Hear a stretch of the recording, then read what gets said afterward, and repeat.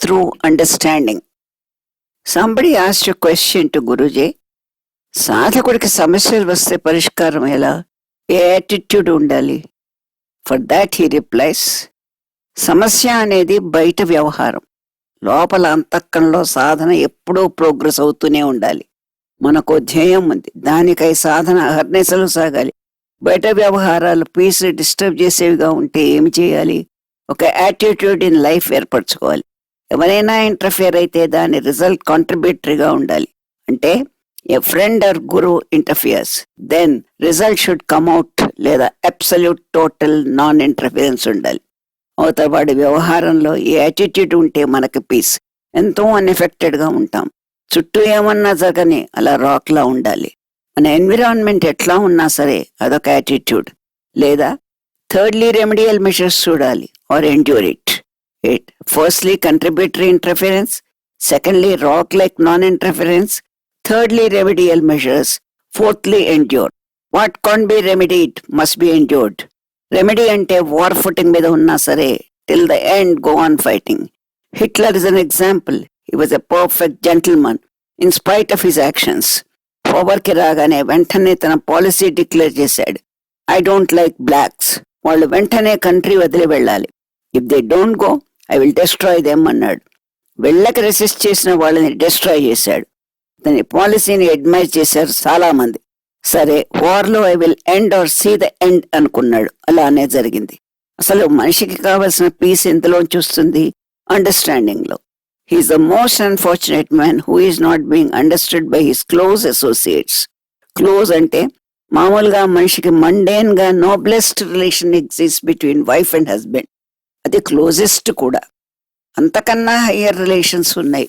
Teacher taught, master disciple, they are closer than any mundane relations. అలానే God soul relation కూడా. అవి understand కావు. అయితే మాత్రం ఏమి, వాటి వల్ల ఇన్నర్ పీస్ వస్తుంది. The disciple should understand his master. Wife and husband ఎన్నో విషయాల మీద అగ్రీ అవుతారు, కానీ అండర్స్టాండ్ చేసుకోరు. I have come to know him only after I came to know his private life అంటుంది వైఫ్. అగ్రీ అయితే అండర్స్టాండ్ అవ్వక్కర్లేదు. They are two different things.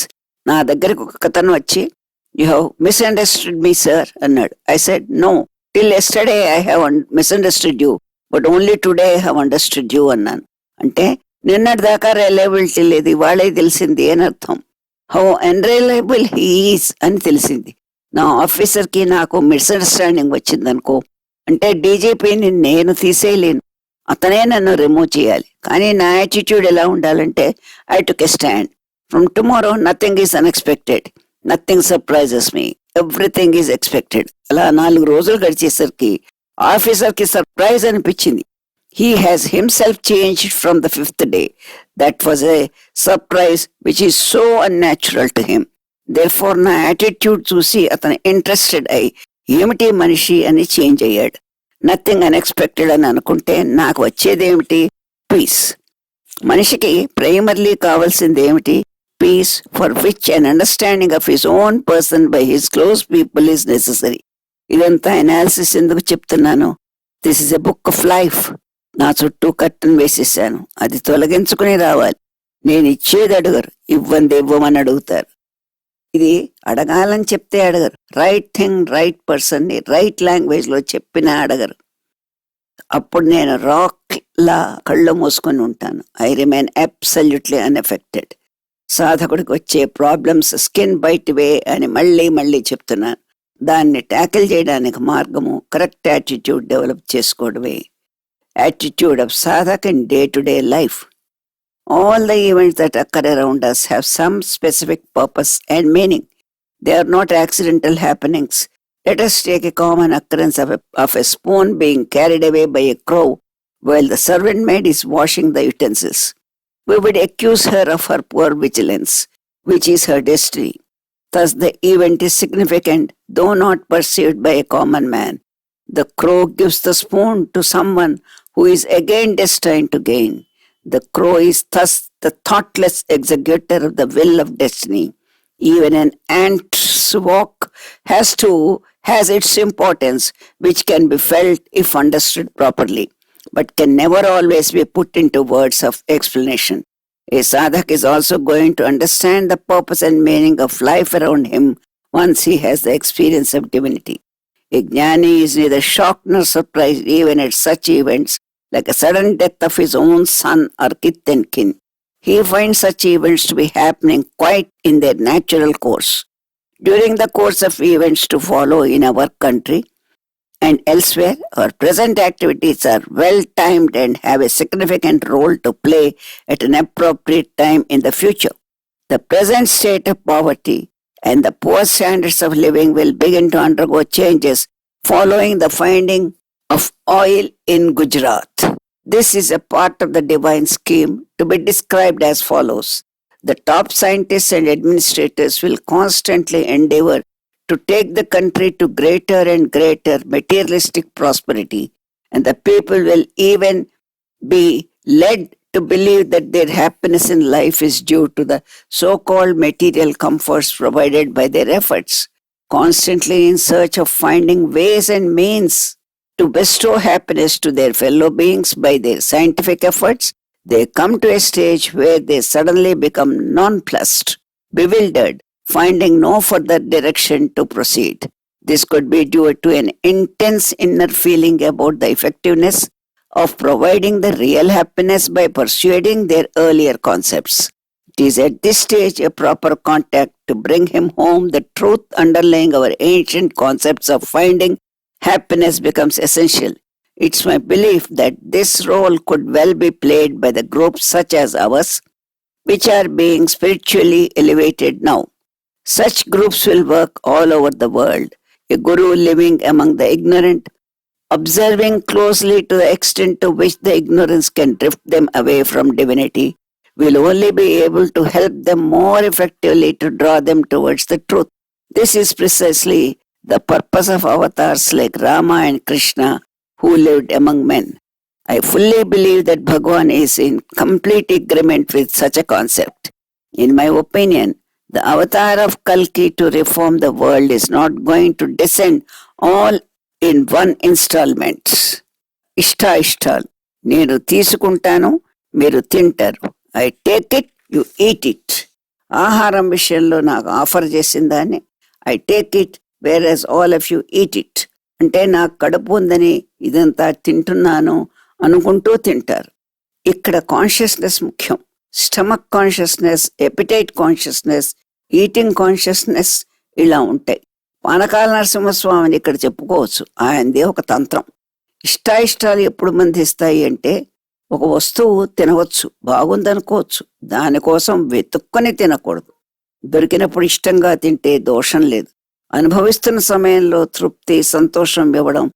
You like it while enjoying it, but don't go in search of it. అది బంధనం. బుద్ధుడి బోధల్లో ఇది చెప్తారు. అయిష్టమైన పదార్థం నా నోటికి బాగుండదు అని. దాని నుంచి పారిపోనక్కర్లేదు. You need not avoid it. Likes and dislikes need not make you run. సంగీతం బాగుంటుంది, సంగీతం, నాయిస్ రెండూ ఇష్టమే అని ఎవరైనా అంటారా? Even if is a rishi, he has to like music and dislike noise. ఇష్టాలుంటాయి, దానివల్ల ఏ కార్యాలు లేవు.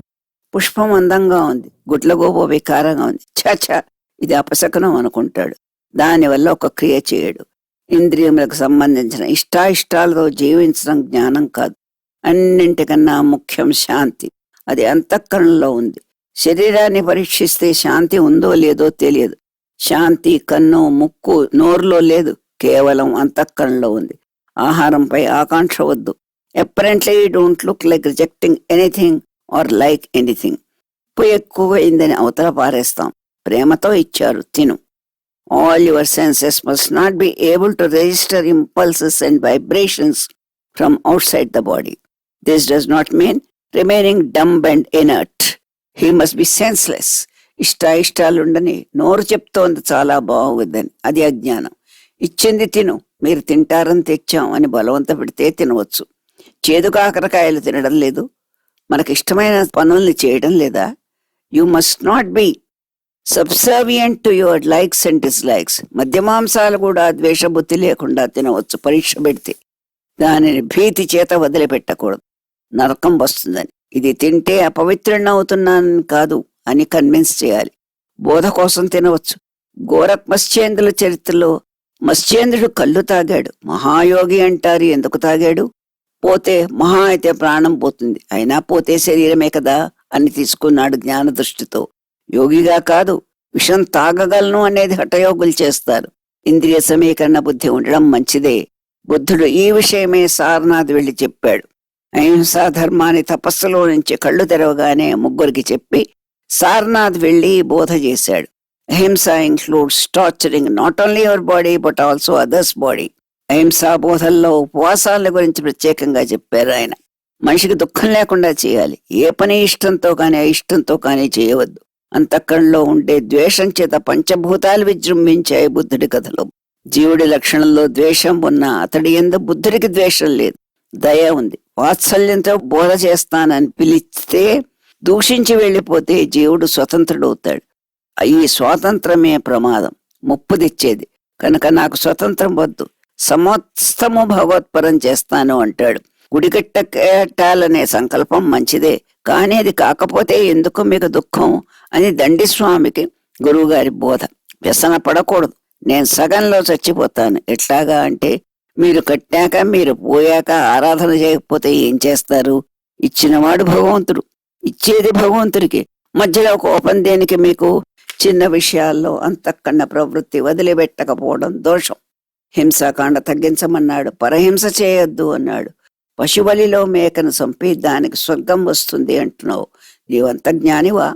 ఆ మేకకి స్వర్గం వచ్చిందో లేదో అది చూపించగలవా? నీ స్వర్గం కోసం నువ్వేం చేసావు? నువ్వు దానికి జన్మ ఇవ్వగలిగితే ప్రాణం తీసుకో, లేకపోతే నీకేం అధికారం ఉంది? దాని కాలివేలు కూడా బాగు చేయలేం. నిర్లిప్తత ప్రధాన లక్షణం. లోపల వికారం వద్దు. దేన్ని భయంతో వదిలిపెట్టద్దు. దేహాన్ని రక్షించుకునే ధర్మం జీవుడిది కాదు, అది శరీర ధర్మమే. కారు వస్తే అడ్డు వెళ్లకుండా తప్పుకునే శరీరమే గాని జీవుడు కాదు. మనం చేసే విధానంలో అంతఃకరణ ప్రవృత్తిలో నేనే రక్షించుకున్నానా, అదే రక్షించుకుందా అని చూసుకోవాలి. కర్మేంద్రియానికి జ్ఞానేంద్రియానికి సంబంధం లేదు.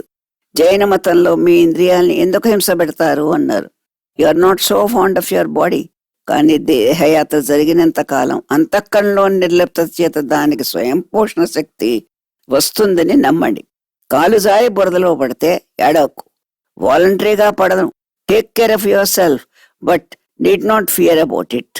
శరీరాన్ని హింస పెట్టకూడదని మందులు తీసుకోవడం, క్యూర్ చేసుకోవడం అయితే అవుతుంది, లేకపోతే లేదు. అహింస పరమధర్మం. అంటే ధర్మములలో పరమధర్మం అనే కాదు, దాన్నే పరమధర్మంగా తీసుకుంటే అది ముక్తి హేతువు, జ్ఞానదాయకం అవుతుంది. జైనుల్లో దీన్ని కఠినంగా చెప్తారు. యోగంలో ఇంద్రియాల్ని జయిస్తున్నాము అంటే ఆకలి, నిద్ర ఇవన్నీ ఇంద్రియ లక్షణములా? ఇంద్రియ లక్షణములను ఇంద్రియాల చేత జయించగలరా? అంటే ఈ ఇంద్రియ లక్షణములు ఇంద్రియములకు మాత్రమే కాదు, శారీరకునివి. కనుక ఒక యాటిట్యూడ్ డెవలప్ చేసుకోవడం వల్ల జ్ఞాన దృష్టితో జయించవచ్చు. ఇంద్రియాల్ని జయించడం లేదు, ఇంద్రియ లక్షణాలని జయిస్తున్నారు. కేనోపనిషత్తులో కూడా ఇదే చెప్పబడింది. ఒక హింసాత్మకమైన సంకల్పం కలిగిందనుకోండి, ఆ క్రియను చేయడానికి ముందు ఏమాత్రం వ్యవధి ఉన్నా ఈ ప్రశ్నలు వేసుకోండి. ఇది అవసరమా? దీనివల్ల ప్రయోజనం ఏమిటి అని. అల్టిమేట్ గా నిష్ప్రయోజనం అని తెలుస్తుంది. ప్రయోజనం అనిపిస్తే దానివల్ల నష్టాలేమిటి అని ప్రశ్నించుకోండి. ఇది ప్రయోజనమా అన్న ప్రశ్నకు పాజిటివ్ బెనిఫిట్ ఉంది. ప్రపంచం అంతా మీకు అశాంతి కలగ చేయకపోవడం పేరు నిర్వాణం. బుద్ధుడు చెప్పిన అహింసావాదం అరణ్యాల్లో తపస్సు చేసుకునే వారికి అవసరం లేదు. ఆయన ఇచ్చిన బోధ అంతా సొసైటీలో కామన్ మ్యాన్ కొరకే. Omissions and commissions of sadhak. చేయవలసింది చేయకపోవడం, చేయకూడనిది చేయడం. Omissions and commissions. మనిషి చేసే 2 రకాల పొరపాట్లు ఎప్పుడూ సీరియస్ అవుతుంది అంటే, బుద్ధిపూర్వకంగా చేస్తే మనిషిలో గట్టిగా సంకల్పించి చేయలేకపోవడం క్రియలో ఒమిషన్ గాని సీరియస్ మిస్టేక్ కాదు. దీనివల్ల ఆధ్యాత్మిక దృష్టి కలిగిన గురువు గాని దైవం గాని డిస్ప్లీజ్ కాడు. క్రోధంతో అంటే కమిషన్, ఇది వీక్నెస్. దీనివల్ల కూడా దైవం గాని గురువు గాని బాధపడు. తెలిసి సాధ్యం అయి చెయ్యకపోవడం అజ్ఞానం. ఇచ్ఛా జ్ఞాన క్రియాశక్తులనే ఉన్నాయి కదా. ఒమిషన్స్ అండ్ కమిషన్స్ కూడా ఇచ్ఛ ఉంటుంది కొందరికి. జ్ఞానక్రియలు ఎట్లా చేయాలో ఆటోమేటిక్ గా ఫాలో అవుతుంది. క్రోధంలో కానీ టైర్సమ్నెస్ వల్ల కానీ చేయవలసిన పని చేయకపోవడం జరగవచ్చు. డెలిబరేట్ గా చేశాడో, జ్ఞానంతో చేశాడో, ఇచ్ఛతో చేశాడో గురువుకి తెలుస్తుంది. అంతఃకరణలో ఉండి డెలిబరేట్ గా చేశాడా లేదా దైవానికి తెలుస్తుంది. సంఘంలో ఉన్నప్పుడు జాగ్రత్తగా ఉండాలి. సంఘం ధర్మం వేరు, ఆధ్యాత్మిక ధర్మం వేరు. భగవంతుడికి భయపడక్కర్లేదు. మనిషి హర్ట్ అవుతాడేమోనని హ్యూమిలిటీ చూపించాలి. అనుద్దేశపూర్వకంగా చేస్తే సోదరీ సోదరులకు ప్రేమ ఉన్న చోట కరెక్ట్ చేసుకోవాలి. 10 మంది కలిసి ఒక పని చేస్తున్నప్పుడు ఆధ్యాత్మిక సంఘ ధర్మాల మీద మన గ్రూప్ కి డౌట్ లేదు కదా. స్లిప్స్ జరగవచ్చు. Should not remark about your colleague. Friendly వేతో భుజం మీద చెయ్యి వేసి చెప్పాలి. అప్పుడు ఫాదర్ హృదయంలోని వైబ్రేషన్స్ ఫీల్ అవుతారు. టీమ్ స్పిరిట్ లో అసూయ, రాగం, ద్వేషం, క్రోధం, తిరస్కారం ఏమీ ఉండవు. ఏవైనా తల ఎత్తితే సహజత్వమే కానీ అపరాధం కాదు. Entire scheme has 1 unit and has 100% success. Scheme within itself has 90% success and 10% omissions and commissions. Euphemism అంటే గట్టిగా చెప్పవలసింది మైల్డ్ గా చెప్పడం.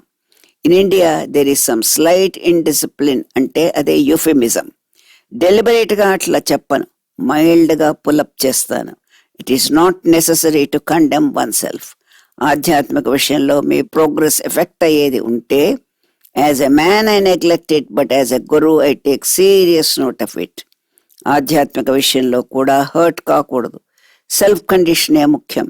Your master is concerned about your spiritual safety first, social economical safety second, and physical safety third. Your mother, physical safety first adugutundi. He is not free to hide it from you. Spiritual matters lo me progress కి భంగం కలిగించేది మీకు చెప్పకపోతే it's a crime on the part of master. He just walks into your private part of your innermost heart. He is always free. You must take only from him with chiding or admiration. తప్పు ఉంటే చెప్పి తీరుతాడు అనుకోవాలి. Teacher is also examiner who returns your answer script after marking. Cohesive force. మనుషుల్లో cohesive force ఏదో చెప్పండి. Wishing the other person well అంతే. If I wish you well and if you wish me well, that is the cohesive force. Well అంటే anything that is good. Wishing others well అంటే గాంధీజీ ఉన్నాడు, మనుషుల్ని చూశాడు. Love of all humanity. Dissociation కానీ భేదబుద్ధి కానీ ఉండదు. వాళ్ళ క్షేమం కాంక్షిస్తారు. అదే కోహెసివ్ ఫోర్స్. ఇది లేనిదే ఎలివేషన్ లేదు మనుషుల్లో. ఒకరి క్షేమం ఒకరు పూర్తిగా ఆశించాలి. దాని యాబ్సెన్స్ లో కొన్ని అపశృతులు పలుకుతాయి. ఎనిమిటీ ఉండక్కర్లేదు, క్షేమం కాంక్షిస్తే చాలు. ఎంచేతనంటే ప్రతి వాడికి క్షేమమే తక్కువ ఉంది. సంఘం మొత్తం మీద చూస్తే క్షేమం లేక బాధపడుతున్నారు.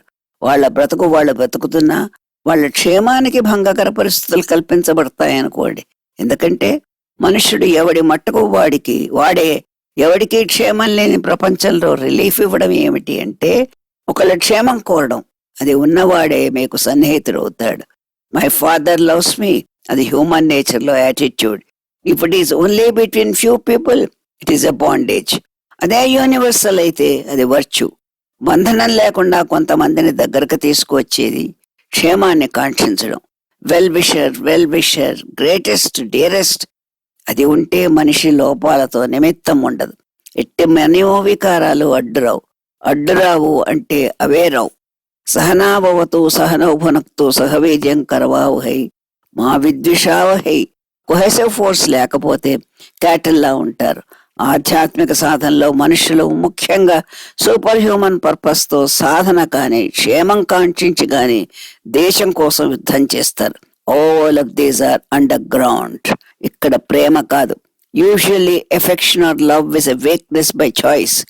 ఈ ప్రేమే విశ్వ ప్రేమ అయితే అది వర్చ్యూ. అది అందరి యందు సమానంగా ఉండాలి. అతడు మహాత్ముడై ఉండాలి. కొలీగ్స్ విషయంలో క్షేమం కాంక్షించడం అంటే వాళ్ళ మనస్థితిలోని ఆందోళన గ్రహించి చేయదగ్గ సహాయం చేయడం సానుభూతి. అప్పుడే కోహెసివ్ ఫోర్స్. ఈ ప్రయాణంలో ఏ ఒక్కరి సుఖమైన దుఃఖమైన అందరూ సానుభూతితో వర్తించాలి. అది ప్రధానమైన సూత్రం. Love is merely emotional attachment, it becomes only bondage. If the love is universalised, that is a virtue. ఈ పరస్పర సానుభూతి ఒకరి యొక్క సంకటం ఆర్థికం కానీ నైతికం కానీ దాన్ని రిమూవ్ చేయడమే సాధన. దట్ కోహెసివ్ ఫోర్స్ ముందుకు తీసుకువెళ్తుంది. అప్పుడే ఒకళ్ళు చేసిన ఒమిషన్స్ కానీ కమిషన్స్ కానీ ఎక్స్క్యూజ్ చేయగలుగుతాం. ఒకరి క్షేమం కోరితేనే మనం క్షమించగలుగుతాం. దిస్ కోహెసివ్ ఫోర్స్ ఇమోషనల్ కూడాను. ఈ ఫ్యాక్ట్స్ ఎప్పుడు గుర్తుపెట్టుకోండి. నేను సూత్రమే చెప్తాను కానీ ఏ ఒక్క వ్యక్తి ఒమిషన్స్ కానీ కమిషన్స్ కానీ చెప్పవలసిన నెసెసిటీ నాకు లేదు. They don't need it. ఏదైనా అపశృతి వచ్చిందంటే ఈ కోహెసివ్ ఫోర్స్ లేకపోవడం. ఇది ప్రతి ఒక్కరికి వర్తిస్తుంది. If I'm your well wisher, even if you disagree with me, I respect you and I don't pass a remark on you, nor I bear somebody passing a remark on you. అలాంటి binding or cohesive force ఉండాలి between any individual and every individual. A discordant note will effect only one individual, that is your father. I'm sure it can be cured. దానికి importance ఇవ్వడం వల్ల master effect అవుతాడు. Master effect అవుతాడని follow అవడం లేదు. విషయమే important. మాస్టర్కి ఏదైనా ఫీలింగ్ వస్తుందేమోనని చేసేస్తారు. There are other things which are important besides master. Team work, participation, ఇవన్నీ కోహెసివ్ ఫోర్స్ వల్ల వస్తుంది. There is no place for individual. Love is a weakness. Better avoid it if you cannot win over it. ఒకరికి ఎలాంటి సుఖం కానీ దుఃఖం కానీ కలిగితే రెడీనెస్ ఫర్ సానుభూతి ఉండాలి. Readiness is an attitude. Comparing to great heights to which every member has grown with respect to sacrifice, త్యాగం కానీ ధ్యేయం కానీ, ఈ cohesive force absence cannot be attributed to any selfishness. Well wisher కాలేడు. అలాంటి చోటే వీక్నెస్. పరస్పర సానుభూతి వల్ల సాన్నిహిత్యమైన క్షేమం అందరికీ ఉంటుంది. What is the central conclusion? ఏ ఒక్క సెంట్రల్ పాయింట్ని రెమెడీ చేయడం వల్ల అంతా రెమెడీ అవుతుందో అది చెప్పడమే నా కర్తవ్యం. Individual deficiencies can not be over emphasised for sadhana. ఈ విషయాన్ని గుర్తుంచుకుంటే even between a wife and husband this will be a cohesive force. Duty బౌండ్గా ఉండడం, హెల్ప్లెస్గా ఉండడం, ప్రేమతో ఉండడం అవన్నీ ఒక ఎత్తు. కోహెసివ్ ఫోర్స్ అయిన సానుభూతి, సింపతి ఉండడం వేరు. ఈ కోహెసివ్ ఫోర్స్ ఉందో లేదో తెలుసుకుంటే all our defects will go. Safety అంటే మనశ్శాంతికి భంగం కలిగించేవి, అశాంతి, అసుఖం మొదలైనవి. ఇవన్నీ సానుభూతి వల్ల పోతుంది. ఇమోషనల్ అటాచ్మెంట్ ఉన్నప్పుడు సానుభూతి ఏర్పడి ఉండవచ్చు. ఉంటే వచ్చు, లేకపోతే డెఫిషియన్సీ. అదే ఎన్నిహిలేట్ చేస్తుంది ఉన్న హ్యూమన్ వీక్నెస్ అన్నిటినీ. వీక్నెస్ వల్ల కాదు, పార్షియాలిటీ వల్ల కాదు, ప్యూర్ అండ్ అన్అడల్టరేటెడ్ కన్సర్న్ వల్ల వస్తుంది. అల్టిమేట్ హ్యూమన్ విజ్డమ్ దీని వల్ల వస్తుంది. అన్సెల్ఫిష్ యాటిట్యూడ్ ఎప్పుడైతే ఉందో దాన్ని మనుషులు తీసుకోగలరు. Attitude important. ఫిజికల్ పార్టిసిపేషన్ లేకపోవచ్చు, as the other man may not be prepared to accept it. శిష్యుడి ప్రవర్తన. మెరుగులు దిద్దబడుతున్న శిల్పానికి స్కల్ప్టర్ ఎక్స్పెక్టేషన్స్ ఫినిష్డ్ ప్రోడక్ట్ అవబోతున్న శిష్యునికి గురువులు దిద్దే మెరుగులు ఒకటే. పర్ఫెక్షన్ కోసం చేయబడే ఇంప్రూవ్మెంట్స్ సాధకుని బలహీనత. Reaction, he must overcome this. Instantaneous reaction అన్నది ఓవర్కమ్ అవ్వాలి. ముందు రియాక్ట్ అయ్యి తర్వాత అనలైజ్ చేసి ఎగ్రెట్ అవ్వడం వల్ల లాభం లేదు. అనుక్షణం గురుచింతనతో నిండిన హృదయం రియాక్ట్ అవ్వలేదు. నెంగి విరిగి మీద పడుతున్న నిశ్చలంగా ఉంటాడు అట్టివాడు. అంత ప్యాసివిటీ రావాలి. ఎన్నో అల్పమైన సంఘటనలు నిత్య జీవితంలో జరుగుతాయి. దానికి థాట్ లెవెల్లో కూడా ఎటువంటి వికారం రాకూడదు. మైండ్ లెవెల్ తర్వాత సంగతి. గురువు గారు ఈ ఊరు వస్తున్నా అని ఏని అడిగాడు. వాడికి ఇన్ఫర్మేషన్ తెలుసు కానీ ఏమో నాకు తెలీదు అంటాడు. అదే ఏ బికి ఫలానా తారీఖున గురువుగారు ఇక్కడికి వస్తున్నారు, ఇది ప్రోగ్రామ్ అని చెప్తాడు. అప్పుడు ముందడిగిన వాడికి ఎట్లా ఉంటుంది? వెంటనే వాడు మనసులో అనుకుంటాడు, ఏకి తెలిసినా నాకు చెప్పలేదు, ఇందులో సీక్రెట్ ఏమిటి, ఇలా బిహేవ్ చేస్తే గ్రూప్ యూనిటీ ఏమిటి అనుకుంటాడు. కానీ ఇట్లా అనుకోవడం అంటే అది reaction at the thought level which must be eliminated from the sadhak. నేను అడిగాను వాడు చెప్పలేదు అన్న విషయమే మర్చిపోవాలి. లేదా ఏ బికి చెప్పినా తనకి చెప్పకపోయినా it is all right, he didn't feel like telling me అని అనుకోవాలి. ఇది ఫస్ట్ స్టేజెస్. రాను రాను అడగడమే మానేస్తాడు. గురువుగారి రాక ఆ ధ్యాస కన్నా గురుచింతనే అధికమవుతుంది. స్లోగా వాడికి అనిపిస్తుంది, నా తల వెంట్రుక నుంచి కాలిగోటి దాకా సర్వణువులు గురుచింతనలో ఉండాలి. ఒక్క క్షణం నేను రియాక్షన్ చూపిస్తే ఆ స్థానం నుంచి నా గురువు విత్డ్రా అయ్యాడు, నేను అది భరించగలనా అని ప్రశ్నించుకోవాలి. గురువు, గురుధ్యానము, గురుచింతన, గురువును గురించిన ధ్యాస తప్ప రెండవది లేని అంతరంగం రియాక్ట్ అవ్వదు. నేను రియాక్షన్ చూపిస్తున్నంతసేపు నేను గురుతత్వంలో మునగాలనుకోవడం లేదన్న మాట అని గుర్తుపెట్టుకోవాలి. ఇన్హిబిషన్స్ ఉన్నంత వరకు రియాక్షన్స్ తప్పవు. రెబ్బల చేత కూడా డిస్టర్బ్ కాని అంతరంగం కావాలి.